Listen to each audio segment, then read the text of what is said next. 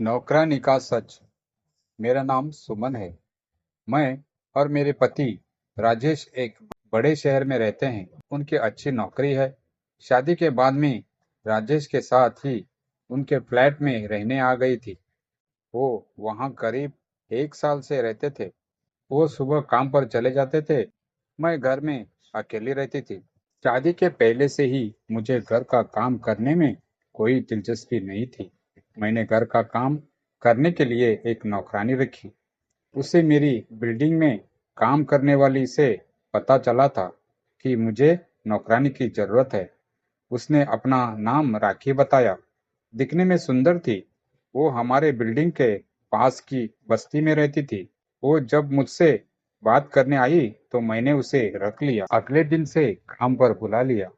अगले दिन सुबह सुबह ही वो मेरे दरवाजे पर आ गई। राजेश के ऑफिस का टाइम सुबह 9 बजे का है। वो रसोई घर में अपना काम कर रही थी। राजेश ऑफिस के लिए तैयार होकर बाहर नाश्ता करने के लिए आए। आते ही उन्होंने राखी को देखा। राखी को देखते ही वो किसी सोच में पड़ गए। राखी उन्हें कुछ देर ऐसी ही देखती रही। फिर अचानक उसकी नजर मुझ पर पड़ी। जब उसे दिखाई दिया कि मैं उसे देख रही हूँ, तो हड़बड़ाकर वो फिर अपने काम में लग गई। राजेश के साथ भी ऐसा ही था। राजेश और राखी जिस तरह से एक दूसरे को देख रहे थे, उससे ऐसा लग रहा था यह दोनों की पहली मुलाकात नहीं है। मैंने राजेश से पूछा कि क्या तुम इसे जानते हो? वो बोले कि हाँ, देखी सी लग रही है। शायद यही बिल्डिंग में काम करती होगी। आते जाते देखा होगा। मैंने भी सोचा हाँ, हो सकता है। उसके जाने के बाद मैंने राखी से बात की। पहले इस बिल्डिंग में कहाँ काम किया है? वो बोली, नहीं मैडम, यहाँ तो मैं पहली बार आई हूँ। राखी फिर मुझसे पूछती है, मैडम, यह आपके पति है? मैंने बोला, हाँ, क्यों, क्या हुआ? वो बोली, नहीं मैडम, कुछ नहीं, बस ऐसे ही पूछा। अगले दिन राखी काम पर आई। मैंने रात तक कुछ काम किया तो मेरी नींद देर से खुली। मैं अपने बिस्तर पर सो ही रही थी। राजेश उठकर तैयार हो रहे थे। थोड़ी देर बाद जब मेरी नींद खुली तो राजेश कमरे में नहीं थे। मैं उठकर बाहर किचन की ओर गई। मैं दरवाजे पर गई तो जो मैंने देखा वो मैंने सोचा नहीं था। राजेश गुस्से में थे और राखी उनके आगे हाथ जोड़ रही थी। 1 मिनट के लिए मुझे लगा कि कहीं मैं सपना तो नहीं देख रही। उन दोनों ने अभी मुझे नहीं देखा था। मैंने वहीं खड़े होकर उनकी बात सुनने की कोशिश की, लेकिन उसी पल राखी की नजर मुझ पर पड़ गई और वो फिर अपने काम में लग गई। राजेश मुझे देखकर मेरे पूछे बिना ही बोले कि मैं यहाँ यह देखने आया था कि नाश्ता बना कि नहीं, ऑफिस में लेट ना हो जाऊं। मेरे मन में अब शक आ गया था कि कुछ ना कुछ बात तो है जो यह दोनों छिपा रहे हैं। मेरा मन अब कई तरह के विचार सोचने लगा। राजेश के ऑफिस जाने के बाद मैंने अब राखी से पूछा, क्या बात कर रहे थे वो तुमसे? उसने कहा, मैडम कुछ नहीं। उसने भी मुझे कुछ नहीं बताया। मैंने सोचा कि उसे नौकरी से निकाल देती हूँ, लेकिन फिर मैंने सोचा कि अभी उसे निकाल दूंगी तो पता कैसे चलेगा कि बात क्या है। मैं दिन भर यही सोचती रही। सोच रही थी कि उनसे सीधे सीधे पूछ लेती हूँ। शाम को वो घर आए। हम बैठकर एक साथ खाना खा रहे थे। राखी किचन में खाना बना रही थी। मैंने ऐसे ही कहा कि दाल में नमक ज्यादा डाल दिया है। कैसा खाना बनाया है? राजेश राखी के सामने ही कहने लगे, नहीं, ठीक है, अच्छा है, ऐसा ही खाना बनाती रहना।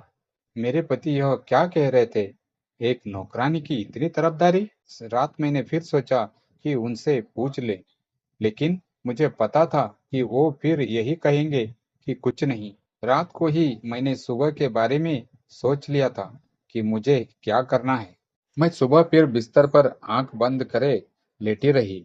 राजेश उठकर तैयार हो रहे थे। मुझे लगा था कि आज भी शायद यह किचन में जाएंगे, और वैसा ही हुआ। वो किचन में गए।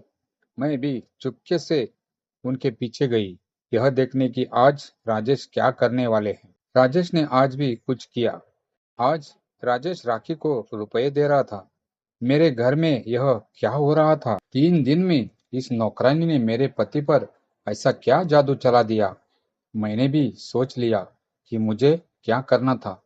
उस शाम राजेश घर आए। घर आने के बाद उन्होंने कहा कि राखी को बोलो कि चाय बना दे।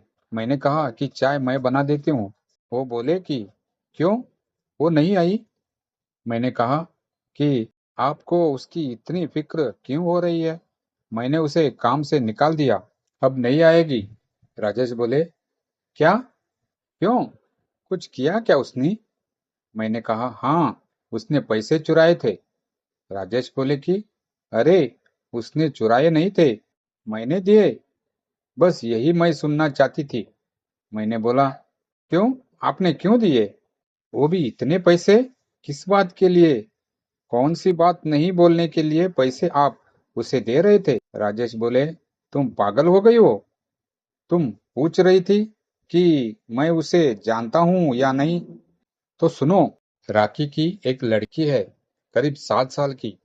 वो रोड पर खेल रही थी, मेरी कार से टकराते हुए बची, लेकिन वो डर कर गिर गई। राखी का पति शराबी है। उस दिन वो मुझसे लड़ने आया। राखी भी उसके साथ थी। भीड़ जमा हो गई थी। वो मुझसे बिना बात पैसे मांगने लगा। उस समय राखी ने भी उसका साथ दिया। नशे में वो कुछ भी कह रहा था, इसीलिए मैंने बात को खत्म करने के लिए उसे पैसे दिए। राखी को देखते ही मैं पहचान गया था। वो मुझसे कह रही थी कि उस दिन के लिए मुझे माफ कर दो। मुझे भी कुछ पैसे चाहिए थे, इसीलिए मैंने पति का साथ दिया। अब वो उसके पति से अलग रहने लगी और उसकी माँ और बच्चे की जिम्मेदारी उस पर है। इसीलिए वो कह रही थी कि उसे नौकरी से मत निकालना। मैडम को वो बात मत बताना, नहीं तो मुझे भगा देगी। इसलिए मैंने उसे कुछ पैसे दिए ताकि वो अपना घर चला सके। उसकी आंखों में मुझे ईमानदारी लगी और तुमने उसे निकाल दिया।